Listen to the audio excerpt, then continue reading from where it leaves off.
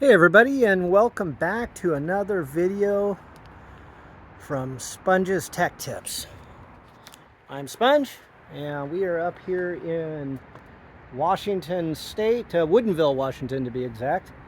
Again, I do a lot of work out here, and it is stunning, but it is hot. It's about 82, 83 degrees, and I know a lot of you guys from hotter climates would be laughing at us, but yeah, it was just almost snowing last week, so it's kind of crazy how hot it is. Um, but yeah, make do. Try to find some shade. So working on something today, pretty cool.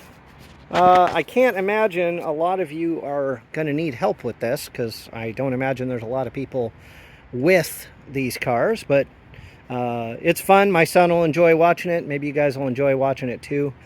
Working on a Maserati. What is this thing? I have a tough time. Maserati Q4 Ghibli. Maserati Q4 Ghibli. The paint on this is incredible. It's so beautiful in the sunshine. Production date 10 of 13, so I would assume that this is a 2014. And what I was having trouble doing, and I figured it out, was I was getting the tail light out. So this, you'd think this would be a simple thing to do to change the light bulbs or whatever, but they apparently don't want it to be easy on these cars. Now, I'm also going to assume a lot of Maserati owners, you may just take it to the dealership or take it to a Maserati mechanic to have this type of work done. But if you did think to yourself that it's just taillights, you can do it yourself, this may help you get at it. So, all right, right out of the gate, let's open up the trunk. There's a little button to open that, and let's go over some of the tools we're going to need. We've got a plastic trim panel popper. We have a metal panel popper if you need to use a little bit more force. We've got socket wrench extension. We've got some different sockets here, and I will go over those. We've got a T50. We have a T30. And then we have a T25. I could not find my half-inch drive, or my larger drive, so I went ahead and did the adapter in that. So, and it works the same, obviously. Let's see. We need a flathead screwdriver, and I should say, if you don't have the T50, you can use a large Allen wrench.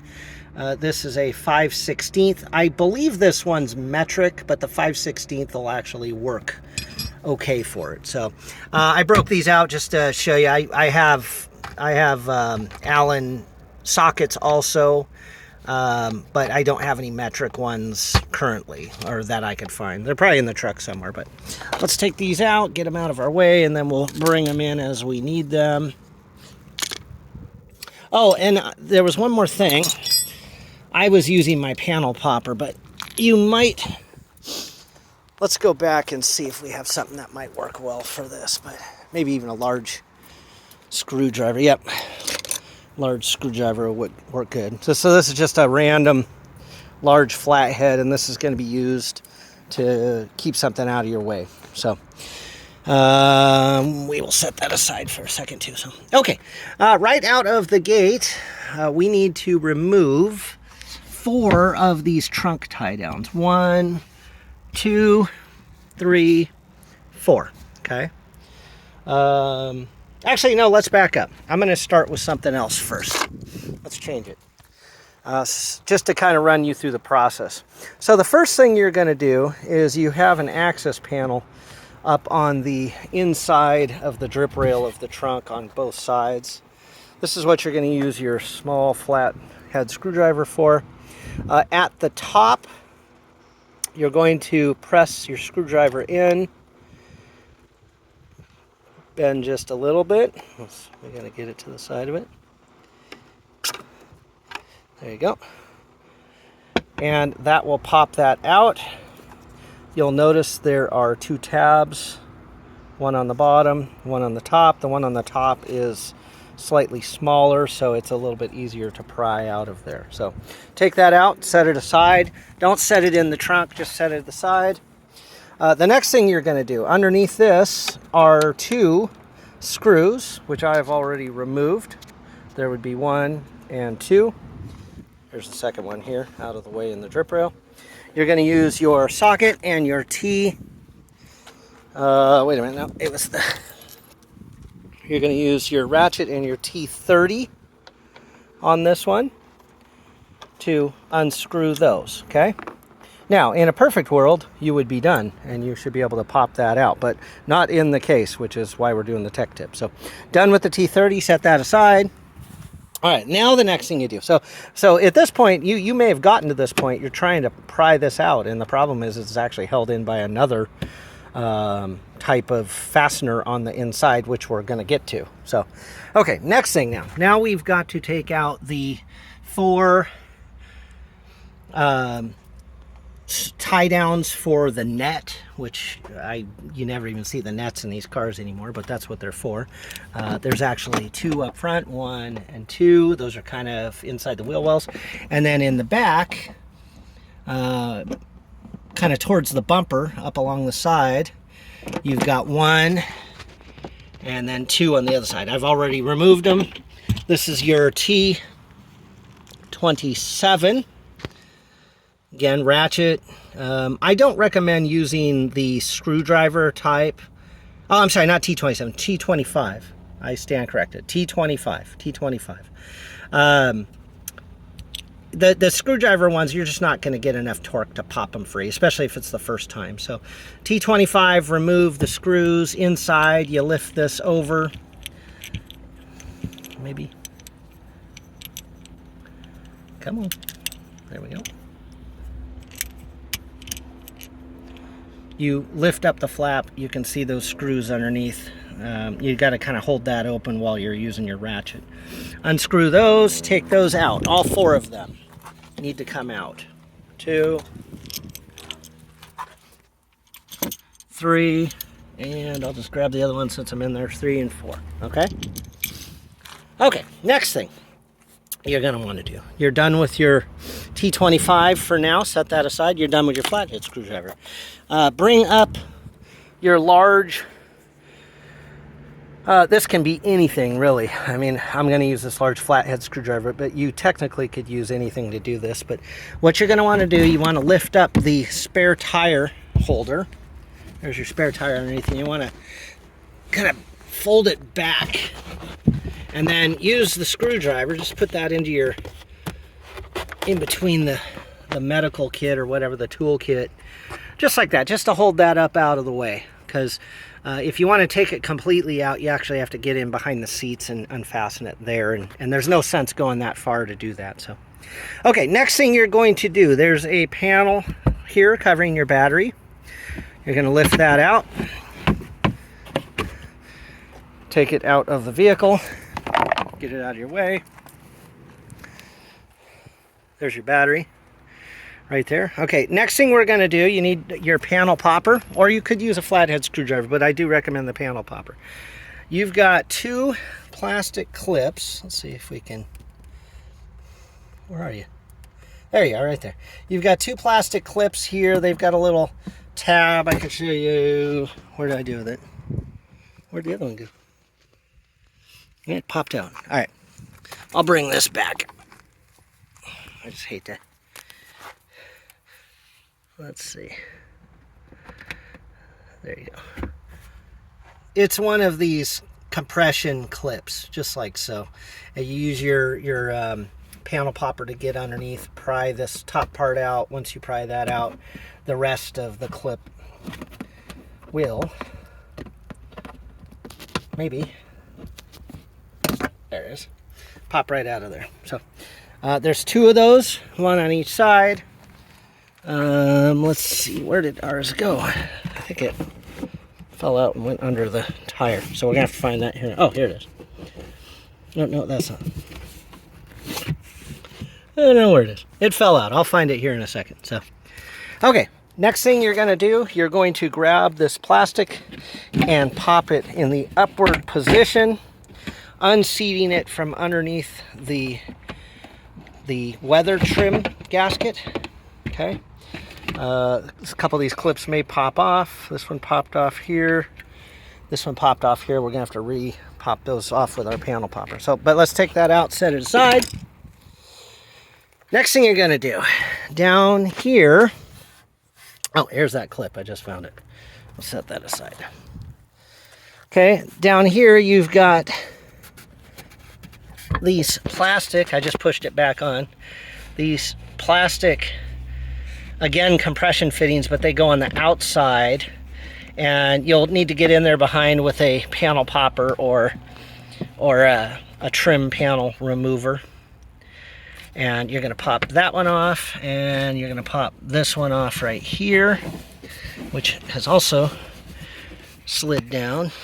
And we'll have to get that in a second, but let's set that aside. Try not to lose these pieces. Okay, now you've loosened all this, so you can now get behind here, and you are going to take off this piece here, okay? So again, it's underneath, everything's kind of underneath the weather stripping. The pop this plastic piece off. It's kind of like a little reverse puzzle to get back on there, and you'll have to feel it out when you put it back together. But take that off, set it aside, and now this panel can be, oh, I forgot one more thing. Where is it? There was one more clip right there. I'm sorry, it just popped out. It comes out pretty easy. It's just another compression clip right there, and that's up underneath, kind of above the hinge. Take that out, set it aside. Now we're ready to pull this apart. So just slightly bring this over, and then what I found fit good was my panel popper. You're going to take your panel popper and just squeeze it in between, almost like a hood prop, okay? Just like so. You can use anything there. You don't want to go too far. Don't put too much pressure on these because it will crack them. Okay, now we're back to the ratchet and the socket, and this is where your large one, your T50 is going to come into play. This may be hard to see. I'm going to try to get the camera up in there, but right up in here, I don't know if you can see it in the darkness, but there's a long... No, I'm sorry, I'm in the wrong place. There it is. Should be right there. So I can't see the screen on my camera, so I don't know if it's showing it or not. But it's a long, it almost looks like a super long deep socket, and it has a hex head on the top. That is what this Torx is going to be for, to get that out. So I already broke mine free. I'm just going to reach in, but I use the Torx. You could use the Allen on that. I'll show it to you once I get it out. But it's up, it's kind of up in a dark pocket in there. I'm now unscrewing it.